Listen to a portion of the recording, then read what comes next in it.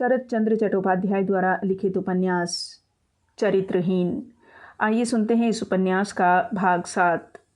बोलचाल से हो, इशारे से हो, कभी किसी के सामने सतीश ने सावित्री का जिक्र नहीं किया। इसी कारण जब यह बात किरणमयी के सामने प्रकट हो गई, तभी से उसके सारे शरीर से अमृत का स्रोत बह चला। किरणमयी को सतीश देवी समझता था, उसकी सभी बातों की अत्यंत श्रद्धा करता था। उसने कहा, दुख के दिनों में फिर भेंट होगी। तभी से उसके निभृत हृदय में रहने वाला शोकात्र विच्छेद उस परम इच्छित दुख के दिनों की आशा में उन्मुख हो उठा था। कोई दुख किस तरह कितने दिनों में उसको दर्शन देकर दया करेगा, इसी चिंता को लेकर वह धीरे धीरे रास्ता चलते चलते रात के 8 बजे अपने डेरे पर पहुंचा। कमरे में घुसकर जिस और जिस वस्तु की ओर उसने देखा, उसी ने आज विशेष रूप से उनकी दृष्टि को आकर्षित कर लिया। कुर्ते को उतार कर अरगनी पर रखने गया तो उसने देखा कपड़े ठीक करके रखे हुए हैं, तह लगाए हुए हैं। हरिण की सींगों पर संध्या पूजा का जो कपड़ा धोकर टांग दिया गया था, वह चुन दिया गया है। बैठने लगा तो उसने देखा कुर्सी पर गंदे कपड़ों का जो ढेर रखा रहता था, वह आज नहीं है। 2 हफ्तों से धो भी नहीं आता, इसलिए गंदे कपड़ों का ढेर प्रतिदिन बैठने की चौकी पर धीरे धीरे जमा होता जा रहा था। बैठते समय सतीश उन सब को भूमि पर फेंक कर बैठता था। उठकर चले जाने पर बिहारी फिर यथास्थान उठाकर रख देता था। 7 दिनों से मालिक और नौकर यह कार्य कर रहे थे। एकाएक वे सब गठरी बांधे जाकर अरगनी की ओट में हटा दिए गए हैं। बिछोने की चादर, तकिए का गिलाफ बहुत मैला हो गया था। आज वह धुला सफ़ेद है। मसहरी सदा की अशिष्ट ऊँट की तरह मुंह ऊपर को किए टंगी रहती थी। वह भी आज चारों कोनों में सीधे तौर से शिष्टता के साथ खड़ी हो गई। बत्ती के कोने में बराबर ही कालिख जमा रहती थी। आज उसकी कोई बला नहीं है, खूब साफ जल रही है। सभी तरह यह सफाई, यह सजावट का लक्षण देखकर अत्यंत बूढ़े बिहारी के इस आकस्मिक रुचि परिवर्तन का कोई कारण ढूंढने पर उसे नहीं मिला। उसने पुकारा, बिहारी। बिहारी आड़ में खड़ा था। सामने आकर बोला, जी आज्ञा। सतीश बोला, बहुत अच्छा। यदि यह सब तू कर सकता है तो घर द्वार इतना गंदा क्यों छोड़ रखता है? मैं बहुत ही प्रसन्न हो गया हूँ। बिहारी ने विनयपूर्वक अपना मुंह जरा झुकाकर कहा, जी सरकार, आपके नाम एक तार आया है। कहाँ रे? कहकर इधर उधर दृष्टि डालते ही मेज पर रखा हुआ पीला लिहाफ उसकी निगाह में पड़ गया। खोलकर उसने देखा उपेन भैया का समाचार है। वे 9:30 बजे की ट्रेन से हावड़ा स्टेशन पर पहुंचेंगे। घड़ी में लगभग 8:30 बज गए थे। व्यस्त होकर उसने कहा, जल्द ही एक गाड़ी ले आ बिहारी, उपेन भैया आ रहे हैं। 5 मिनट के अंदर बिहारी गाड़ी ठीक करके ले आया। खबर देकर और किवाड़ की आड़ में खड़ा रहकर पूछा, बाबू को साथ लिए डेरे पर लौटिएगा तो? सतीश ने सोचकर कहा, नहीं, आज रात को फिर लौटूंगा नहीं। उपेन भैया सीधे हारान बाबू के यहाँ ही चले जाएंगे। इसमें सतीश को तनिक भी संदेह नहीं था, क्योंकि उनके सपत्नीक आने की खबर टेलीग्राम में नहीं थी। सतीश इसी बीच 2 पूड़ियाँ खा रहा था। बिहारी ने आड़ से कहा, बाबू एक निवेदन है। प्रार्थना करने की आवश्यकता पड़ने पर बिहारी पंडित जी भाषा का प्रयोग करता था। सतीश ने मुंह ऊपर उठाकर कहा, कैसा निवेदन? आज्ञा कहकर बिहारी चुप हो गया। सतीश ने प्रश्न किया, क्या आज्ञा है, सुनो तो? बिहारी ने कहा, सरकार 30 रुपये मिल जाएं तो? सतीश ने आश्चर्य में पड़कर कहा, परसों तो तुमने 30 रुपये लेकर घर भेज दिए थे। बिहारी ने मृदु स्वर से कहा, सरकार इच्छा तो ज़रूर यही थी, लेकिन चक्रवर्ती महाराज के घर चक्रवर्ती के नाम से सतीश जल उठा। बोला, यह रुपया चक्रवर्ती को दे दिया। यह रुपया किसको दान दिया जाएगा? सुनो सरकार, दान नहीं, आदमी बड़े ही दुख में पड़कर उधार मांग रहा है। सरकार उधार, और उसको क्या दूंगा? सतीश धीरज खोकर उठ खड़ा हुआ। बोला, तुम्हारे पास हो तो तुम दे दो बिहारी। मैं इतना बड़ा आदमी नहीं हूँ कि रोज़ रुपया नष्ट कर सकूँ। मैं दे न सकूँगा। इस बार बिहारी जिद करके बोला, न देने से काम चल ही नहीं सकता बाबू। न हो तो मेरे वेतन से ही दे दीजिए। वेतन के नाम से सतीश चौंक उठा और बोला, वेतन का रुपया? अब तक कितने रुपए लिए हैं, बता तो बिहारी। बिहारी बोला, जैसे लिए वैसे ही लड़कों के लिए गांव पर 3 बीघे ज़मीन, 1 जोड़ी बैल खरीद दिए हैं। इसके सिवा एक नया घर भी बनवा दिया है। यह क्या मेरे वेतन से? मेरा रुपया आपके पास ही जमा है, आज उसी में से दीजिए। सतीश हंस पड़ा, बोला, लड़कों के लिए खरीद कर तुमने मेरा भारी उपकार किया है। आज मेरे पास रुपया नहीं है। यह कहकर चादर कंधे पर रखकर वह स्टेशन के लिए रवाना हो गया। बिहारी ने अपनी कोठरी में आकर कहा, बेटी, संध्या पूजा करके अब जरा पानी पी लो। कल सवेरे जिस तरह भी मुझसे हो सकेगा मैं दूंगा। सावित्री कोठरी के फर्श पर आंचल बिछाकर सोई हुई थी। वह उठकर बैठ गई। पूछा, बाबू ने नहीं दिए? बिहारी ने कहा, जानती तो हो बेटी, दूसरे के दुख का नाम लेकर जबकि मैंने मांगा है तब पाऊंगा ही। मेरे मालिक दानी कर्ण है, इस समय न देकर स्टेशन चले गए हैं, लेकिन कल सवेरे जब लौट आएंगे तब मुझे बुला कर देंगे। तुमको कोई चिंता नहीं है बेटी। अब उठकर जरा पानी वानी पी लो, सारा दिन वैसी ही पड़ी हो। सावित्री के सूखे पीले चेहरे पर हंसी फूट पड़ी। उसने कहा, अच्छा ही हुआ, आज रात को अब लौटेंगे नहीं, तब तो कल दोपहर की गाड़ी से ही काशी चली जाऊंगी। क्या कहते हो बिहारी? बिहारी ने कहा, अवश्य ही बेटी। फिर लंबी सांस लेकर कहा, मेरे मालिक भी मालिक हैं, तुम्हारे मालिक भी मालिक हैं। गांव से बुढ़िया ने दुख की बातें बताकर एक पत्र भेजा था। बाबू से पढ़वाने गया। पढ़कर वह बोले, तेरे घर में क्या कुछ भी नहीं है रे?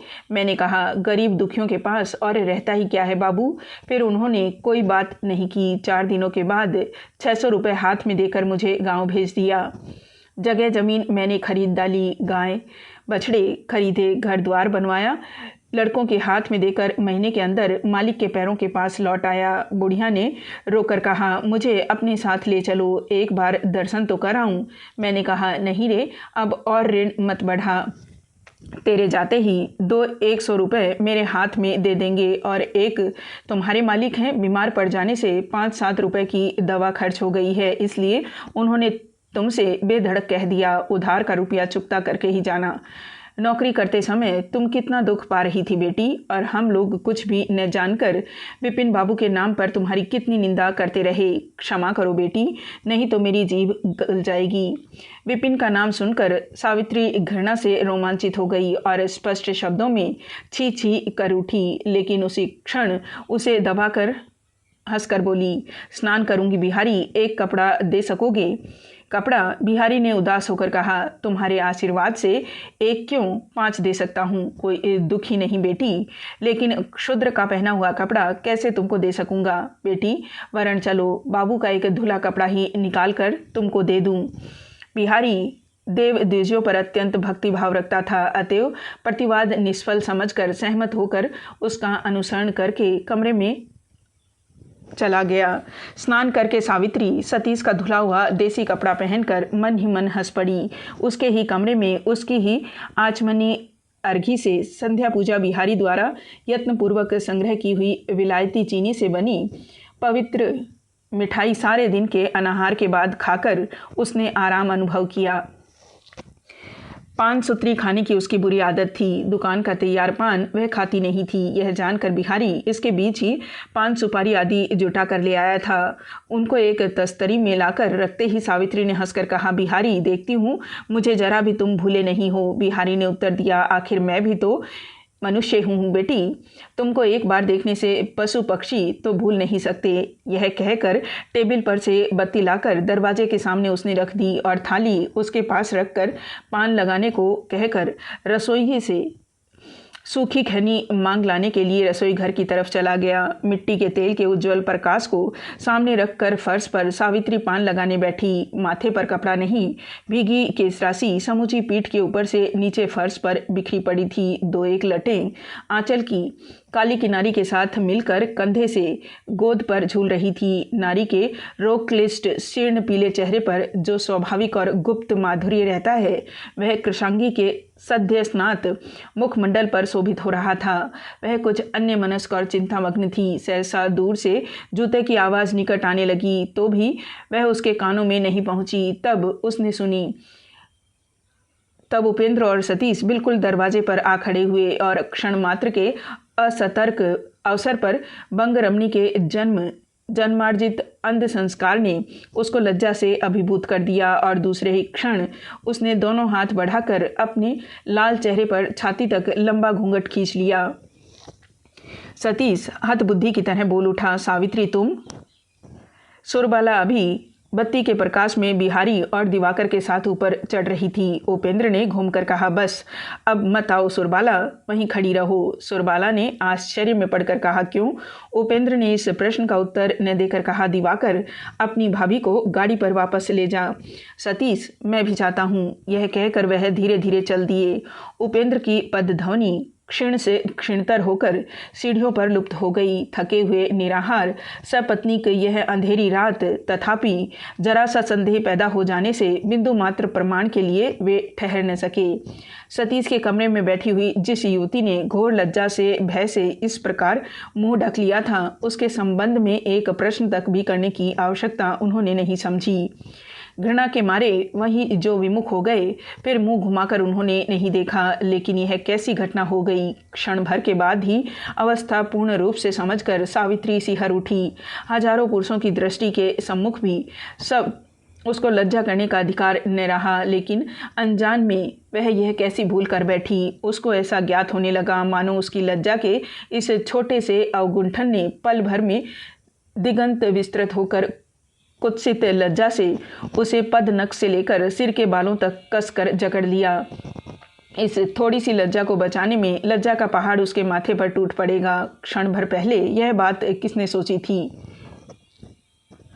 सांस रुक जाने की नौबत आ जाने से जैसे मनुष्य जी जान से मुंह बाहर निकालने की चेष्टा करता है, सावित्री ठीक उसी प्रकार घूंघट जोर से हटाकर सीधी होकर बैठ गई। उसने प्रश्न किया, वे कौन है? सतीश अभिभूत की भांति द्वार के निकट खड़ा था। अभिभूत की ही भांति उसने उत्तर दिया, उपेन भैया और भाभी। वही उपेन भैया, वही बहू जी। सावित्री तीर की भांति उठ खड़ी हुई, चिल्लाकर बोली, तब तो हटो, लौटा आऊं। छी छी, मैं तो कोई नहीं हूँ, डेरे की एक साधारण दासी मात्र हूँ, हटो हटो। उपेन कौन है? सावित्री यह बात अच्छी तरह जानती थी। सतीश की बातों से अनेक बार उनका बहुत कुछ परिचय वह पा चुकी थी। इतनी देर में सतीश की नींद मानो टूट गई। वह चीख चिल्लाहट, इस घबराहट भरे भय के भाव ने उसकी समस्त विहलता को क्षण भर में दूर करके बिल्कुल ही जागरूक बना डाला। इस बार उसने सीधे खड़े होकर दोनों हाथ फैला दरवाज़ा रोक कर कहा, नहीं। सावित्री हाथ जोड़कर बोली, नहीं क्या जी? सत्यानाश मत करो सतीश बाबू, रास्ता छोड़ो, मेरा सच्चा परिचय उन लोगों को जान लेने दो। सतीश ने रास्ता नहीं छोड़ा, लेकिन उसके दृढ़ निबद्ध होठों पर सर्प जिह्वा की भांति दो भागों में विभक्त जहरीली हंसी का अति सूक्ष्म आभास ही दिखाई पड़ा। शायद दिखाई पड़ा। उसने कहा, ओह, तुम्हारा सत्यानाश नहीं, इस संबंध में तुम निश्चित रहो, लेकिन तुम्हारा सच्चा परिचय क्या है मैं स्वयं तो पहले सुन लूं। सावित्री एकाएक उत्तर न दे सकी, केवल ताकती रही।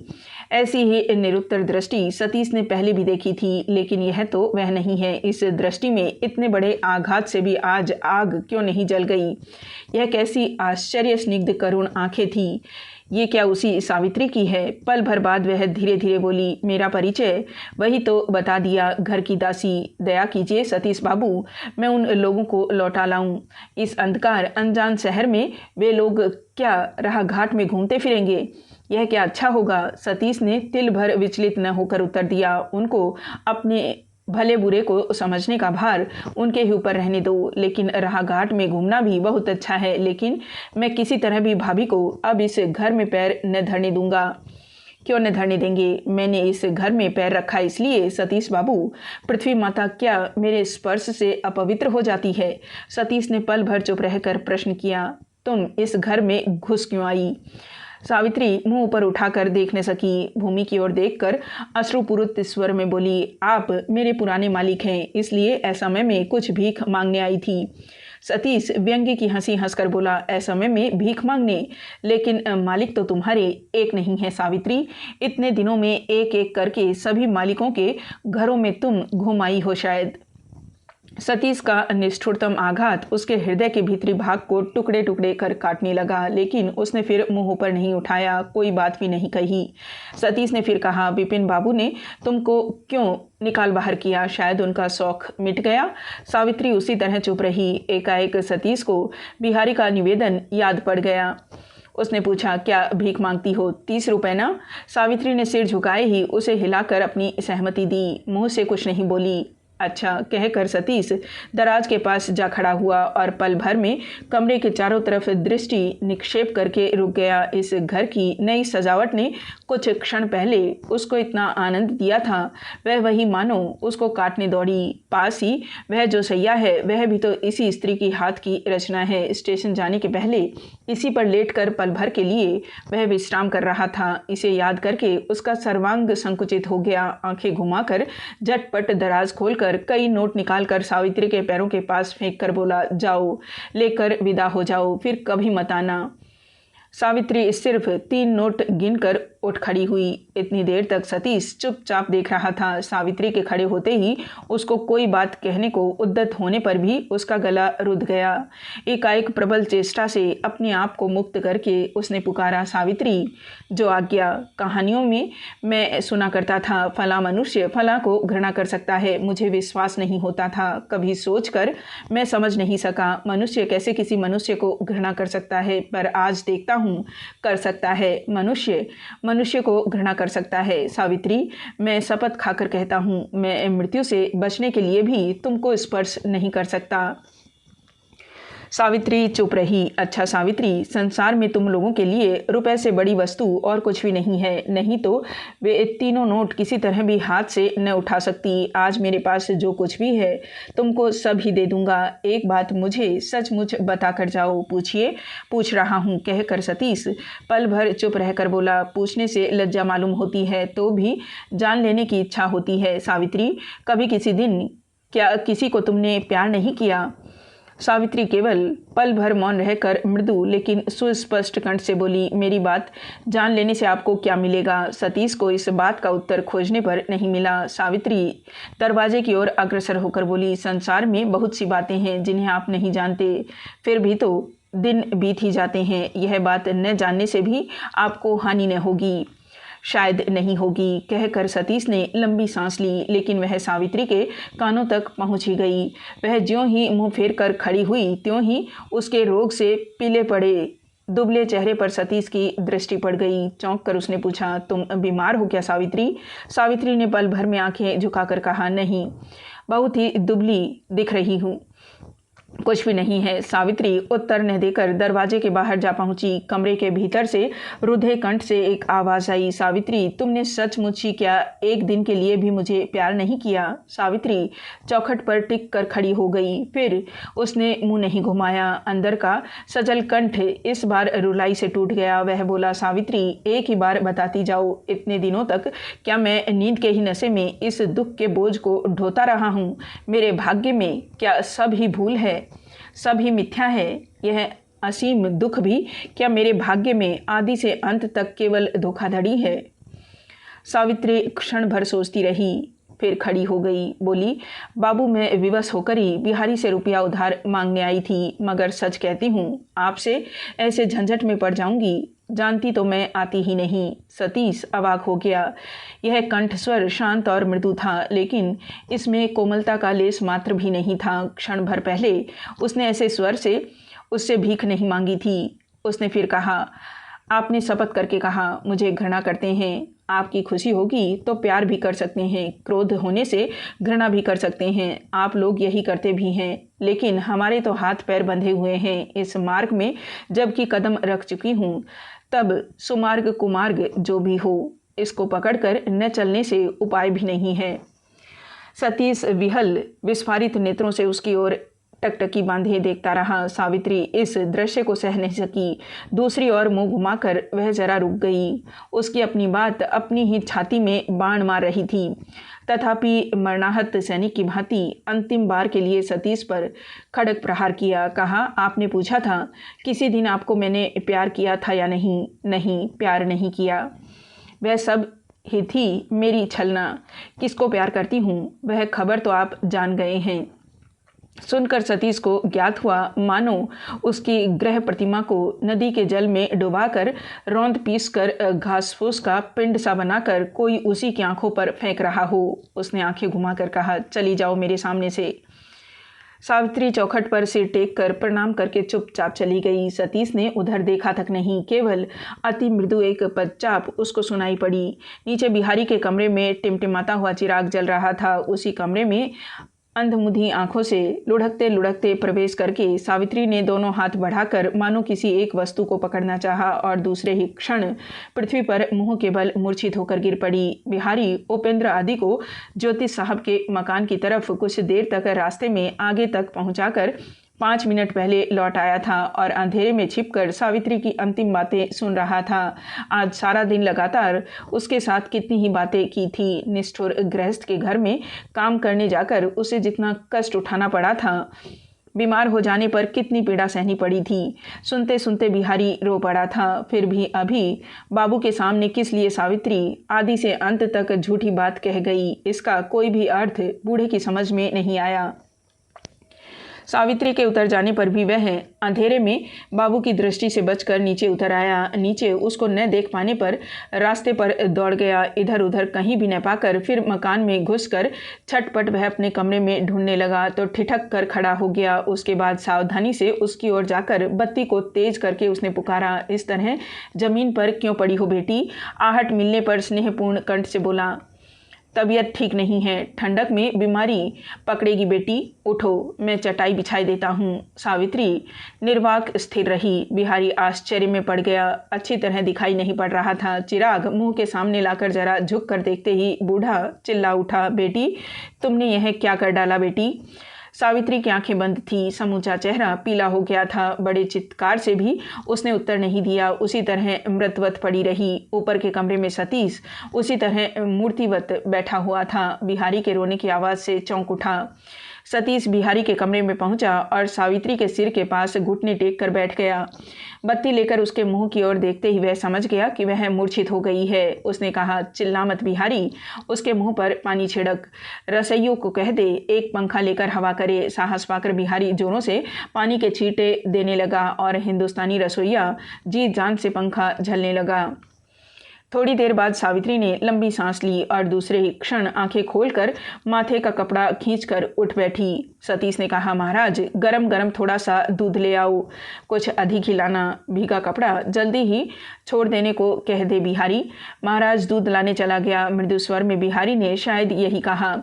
कुछ देर बाद चुप खड़े सतीश ने फिर कहा, आराम मालूम होने पर वह कहाँ जाएगी, पूछ कर एक गाड़ी ठीक कर देना बिहारी, इस दशा में पैदल न जाने पाए। सावित्री का समूचा अंग कांप उठा, लेकिन क्षीण प्रकाश में किसी ने इसे लक्ष्य नहीं किया। वह अपने को संभाल कर निश्चल हो रही।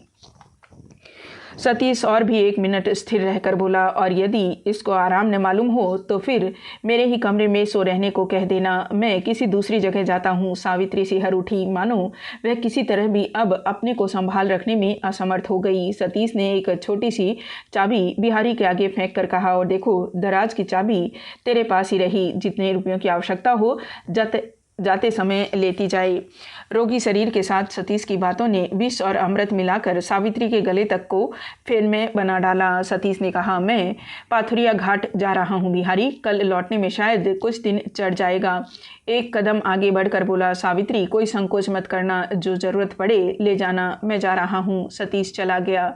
सावित्री फिर एक बार जमीन पर गिर पड़ी। छाती फाड़ डालने वाले कंठ से रोकर बोली, अजी क्यों तुमने उस पापिष्ठा को इतना प्यार किया था? यही तो तुमने शपथ कर ली कि मुझे घृणा करते हो। यही क्या घृणा करना है तुमको? मेरा यह दुख देना, इतना झूठ बोलना, सब ही तुम्हारे स्नेह की आग में जलकर क्या राख हो गया? कौन मुझे बता देगा कि क्या करने से तुम्हारी घृणा पाऊंगी? बिहारी इस रुलाई का जरा भी अर्थ न समझ सका। निकट आकर सांत्वना के स्वर में बोला, अच्छा बेटी, बाबू के सामने इतनी झूठ बातें तुमने क्यों कही? क्या तुम गई नहीं? जो अपराध तुमने किया नहीं, किस लिए उन सब को अपने कंधे पर लेकर इतनी अपराधनी बन गई? सावित्री ने रोते रोते कहा, बिहारी मेरी सभी बातें झूठी है, कहने में छाती फट गई है तो भी कहनी पड़ी है, लेकिन वे किसी काम में तो नहीं आई। बिहारी मूड की तरह उसके मुंह की ओर निहारता हुआ बोला, झूठी बातें फिर किस काम में आती हैं बेटी? सावित्री ने बैठकर आंखें पोंछ डाली। उसके मुंह की ओर देखकर बोली, ठीक जानते हो बिहारी, क्या वे किसी काम में ही नहीं आती? बिहारी ने क्षण भर सोचकर कहा, वे आती तो हैं ज़रूर। अदालत में झूठी बातों से ही तो काम बन जाता है, वहाँ झूठी बातों का ही तो जय जयकार है। सावित्री ने फिर उत्तर नहीं दिया। बड़ी देर तक स्थिर भाव से बैठी रहकर बोली, क्यों? मैंने इतनी झूठी बातें कही? हो सकता है एक दिन तुम समझ सकोगे, लेकिन उस बात को छोड़ो बिहारी। मेरी 2 बातें मानोगे? मानूंगा तो अवश्य ही बेटी। क्या बात है? एक बात यह है कि मेरे चले जाने पर भी किसी दिन बाबू को मत बताना कि मैंने आदि से अंत तक झूठी बातें कही थी। बिहारी चुप हो रहा। सावित्री ने कहा, और भी एक बात है, मैं अपना पता ठिकाना तुमको लिख भेजूंगी। यदि कभी समझो कि मेरा आना आवश्यक है तो मुझे लिख देना। तुमको बताने में मुझे लज्जा नहीं है बिहारी। मेरे सिवा उनको कोई नियंत्रण में न रख सकेगा और विपत्ति के दिनों में उनकी कोई मुझसे अधिक सेवा भी न कर सकेगा। बिहारी रोने लगा। आंखें पोंछ कर बोला, मैं सब जानता हूँ बेटी। सावित्री उठ खड़ी हुई, बोली, तो मैं जा रही हूँ, उनको तुम्हारे हाथों में सौंप कर जा रही हूँ। देखो बिहारी, मेरी 2 बातें मान लेना। भगवान करे तुम लोग सुखी रहो, मुझे यह अपना काला मुंह लेकर फिर तुम लोगों के सामने न आना पड़े। यह कहकर सावित्री आंखें पोंछ कर आगे बढ़ गई। सड़क पर आकर गाड़ी किराए पर ठीक करके सावित्री को चढ़ाकर बिहारी ने पृथ्वी पर माथा टेक कर प्रणाम किया। आंखें पोंछ कर गला साफ करके बोला, बेटी, मेरी भी एक प्रार्थना है। आज जैसे लड़के की तरह अपना समझ कर तुमने प्यार किया था, आवश्यकता पड़ने पर फिर याद करना। अवश्य करूंगी। गाड़ी चली गई। बिहारी फिर एक बार रास्ते पर माथा टेक कर प्रणाम करके धोती से आंखें पोंछकर डेरे पर लौट आया। पाथुरिया घाट जा रहा हूँ कहकर सतीश रात के 11 बजे डेरे के बाहर आ खड़ा हुआ। थोड़ा सा मार्ग तय करते ही समझ गया कि थकावट की कोई हद नहीं है। पैर अचल हैं, प्रत्येक अंग पत्थर की तरह भारी है। कितना बड़ा गंभीर अवसाद उसके तन मन में आज व्याप्त हो रहा है। कुछ दिन पूर्व की ऐसी ही एक रात की बात उसे स्मरण आ गई, जब बिहारी ने सावित्री और मोक्षता के घर से वापस लौटकर कहा था, वह नहीं है, विपिन बाबू के पास चली गई है। उस दिन उस समाचार ने कुछ क्षण के लिए उसको विमूढ़ कर दिया था, लेकिन दूसरे ही क्षण अभिमान तथा अपमान की जो भयंकर ज्वाला प्रज्वलित हो उठी थी, वह किले के निर्जन मैदान में स्तब्ध आकाश के नीचे आंखों के आंसू में बुझ न जाती तो जितने ही दिनों में क्यों न हो सावित्री को बिना दग्ध किए शांत न होती। वैसी ही रात तो आज भी आई थी। फिर वैसी ही भयंकर ज्वाला क्यों नहीं भड़क उठी। एक खाली गाड़ी जा रही थी। बुलाकर बोला, पाथुरिया घाट चलेगा?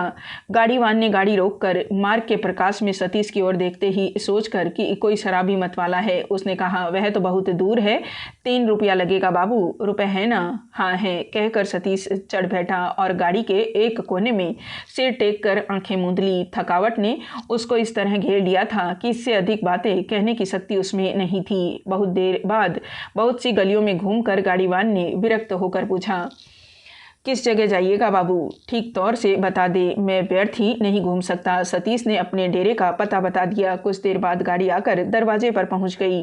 कई बार पुकारने पर बिहारी ने आकर किवाड़ खोल दिया तो सतीश ने चुपके से कहा, बिहारी, सावित्री क्या कमरे में है? बिहारी ने विहल की भांति निहारते हुए कहा, नहीं बाबू, वह तो नहीं है, वह उसी समय चली गई। चली गई? हाँ बाबू, वह नहीं है। सतीश लंबी सांस छोड़कर बिहारी के बिछौने के छोर पर बैठ गया। उसका यहाँ न रहना सुख की बात है या दुख की, इसकी ठीक उपलब्धि वह नहीं कर सका। बिहारी ने पल भर रुककर मीठे स्वर में कहा, मैंने गाड़ी ठीक कर दी थी, चलिए आपके कमरे में बत्ती जलाऊं? नहीं, रहने दो, मैं ही जला लूँगा, कहकर सतीश उठकर चला गया। दूसरे दिन प्रातःकाल जब उसकी कच्ची नींद टूटी तब दिन काफ़ी चढ़ाया था। एक प्रचंड आंधी की भांति सब कुछ उलट पुलट कर इस एक रात में कितनी ही घटनाएं हो गई। उन्हीं इधर उधर फेंके हुए बिखरे हुए चिद्दों के बीच में बड़ी देर तक उसका मन विरक्त रहा। बिहारी तंबाकू देकर बाहर चला जा रहा था। सतीश ने पुकार कर कहा, सुनो बिहारी, कल किस समय तक वह यहाँ आई थी रे? सावित्री के चले जाने के बाद उसके सब तरह के दुर्भाग्य याद करके बिहारी का व्यथित मन भीतर ही भीतर बहुत रो रहा था। उसने मुँह झुकाए ही मृदु स्वर में कहा, दोपहर को उसको किस तरह इस मकान का पता लगा, यह तो मैं नहीं जानता बाबू। सतीश उसके मुंह की ओर कठोर दृष्टि से देखकर बोला, क्यों रे बिहारी, तू क्या सचमुच ही मुझे इतना बड़ा बैल पा गया है कि यह भी मैं समझ नहीं सकता? सच्ची बात बता। बिहारी आश्चर्य से दोनों आंखें फाड़ स्वामी के मुंह की ओर देखता रहा। सतीश ने कहा, देख क्या रहा है? क्या तू विपिन के यहाँ नहीं जाता? सावित्री के साथ तेरी भेंट मुलाकात बातचीत नहीं होती? नहीं बाबू, कहकर बिहारी के बाहर चले जाने को तैयार होते ही सतीश क्रुद्ध कंठ से बोला, खड़ा रहे, जाना मत। क्या तूने उसको यहाँ आने के लिए सिखाया नहीं था? बिहारी ने चुपचाप सिर हिलाकर बताया कि वह नहीं जानता। सतीश धमका कर बोला, फिर नहीं? बिहारी सिर झुकाए ही था। चौंक कर उसने मुंह ऊपर उठाकर देखा। सतीश कहने लगा, फिर नहीं तो फिर किस तरह उस हरामजादी को इस डेरे का पता लगा? जा तू भी उसी के पास जाकर रहे, मुझे आवश्यकता नहीं है। मैं घर में शत्रु का पालन नहीं कर सकता। आज ही तुम जाओ, तुमको मैंने जवाब दे दिया। बिहारी ने एक भी बात नहीं कही, केवल उसके आश्चर्य से भरी दोनों आंखों के कोनों से आंसुओं की लड़ी लुढ़क पड़ी। इस आंसू को सतीश ने देखा। क्षण भर मौन रहकर उसने प्रश्न किया, रात को वह कहाँ चली गई? बिहारी आंखें पोंछकर बोला, चिट्ठी लिखकर अपना पता ठिकाना बताने को कह गई है। सतीश फिर क्षण भर चुप रहकर कोमल होकर बोला, बहुत दुबली दिखाई पड़ी, बहुत बीमार थी शायद? बिहारी सिर हिलाकर बोला, हाँ, इसलिए तो वहाँ जगह नहीं मिली। बिहारी ने फिर सिर हिलाकर सहमति प्रकट की। सतीश फिर कुछ क्षण चुप रहकर बोला, लेकिन इस बार तुमको मैं सावधान कर देता हूँ बिहारी, मेरे डेरे में वह फिर न घुसने पाए या किसी प्रकार बहाना बनाकर मेरे साथ भेंट करने की चेष्टा न करे। मेरी चाबी कहाँ है? जाते समय कितने रुपए तूने दिए? बिहारी चाबी निकाल कर बोला, रुपए नहीं दिए। नहीं दिए? क्यों नहीं दिए? तुझे तो मैंने देने को कहा था। उसने लेना नहीं चाहा, कहकर बिहारी बाहर चला गया। सतीश ने उसको फिर पुकार कर लौटा लिया। सावित्री उपस्थित नहीं थी। बिहारी उसे प्यार करता है, इसलिए इस बिहारी को चोट पहुंचा सकने पर भी मानो कुछ क्षोभ मिट जाता है। उसके आगे आते ही सतीश ने पूछा, उसके बाद तुम लोगों में क्या परामर्श हुआ? बिहारी फिर अपने को रोक न सका, रुद्ध कंठ से बोला, बाबू, सावित्री क्या परामर्श करेगी? मेरे जैसे आदमी के साथ आपके चरणों में मैंने अपराध किए हूँ तो सिर झुका देता हूँ। जो इच्छा हो दंड दीजिए, बूढ़े मनुष्य को इस प्रकार सताइए मत। यह कहकर वह फूट फूट कर रो पड़ा। सतीश के नेत्र भी एकाएक मानो गीले हो उठे। अच्छा तू जा, कहकर उसको विदा करके फिर एक बार लेट रहा और नेत्र बंद करके तंबाकू पीने लगा। बड़ी जलन से जलकर उसके मुंह से जो भी भाषा सावित्री के प्रति क्यों न निकली हो, किंतु उसके उस रोग पीड़ित चेहरे की स्मृति भीतर ही भीतर उसको बहुत ही व्यथित कर रही थी। अब बिहारी की बातों से यद्यपि कुछ स्पष्ट नहीं हुआ, फिर भी रुख से जान पड़ा मानो सचमुच ही वह और कहीं चली गई है। कहाँ चली गई है? 2 वर्ष पहले सतीश के नवनाट्य समाज में बिल्व मंगल का अभिनय हुआ था। हठात उसे वही बात स्मरण हो आई। उसको क्यों भूल नहीं सकता? यह कैसा आश्चर्य है जो सावित्री दुष्ट ग्रह की भांति उसको केवल लगातार पीड़ा पहुंचा रही है, जो अभी केवल कुछ ही घंटे पूर्व अपने मुंह से स्वीकार कर गई है वह उसकी कोई नहीं है। दोनों का कोई संबंध ही नहीं है, जिसके विरुद्ध आज उसके घृणा का अंत नहीं है, तो भी उसी के लिए क्यों संपूर्ण मन में हाहाकार उठ रहा है। यह कैसी विचित्र बात है, कैसा भीषण विद्वेष और इतना बड़ा आकर्षण एक ही साथ किस तरह उसके हृदय के अंदर स्थान पा रहे हैं। हाय रे, यह यदि वह एक बार भी देख पाता, उसके एकांत में रहने वाला हृदय जरा उसके नेत्रों कानों को बंद करके अब भी उसी एक विश्वास से अटल होकर पड़ा है कि सावित्री केवल मेरी ही है, मुझसे बढ़कर उसके लिए संसार में और कोई नहीं है। यहाँ तक कि सावित्री के विरुद्ध उसके अपने मुंह की बातें तिल भर भी उसे इस विश्वास से विचलित न कर सकी।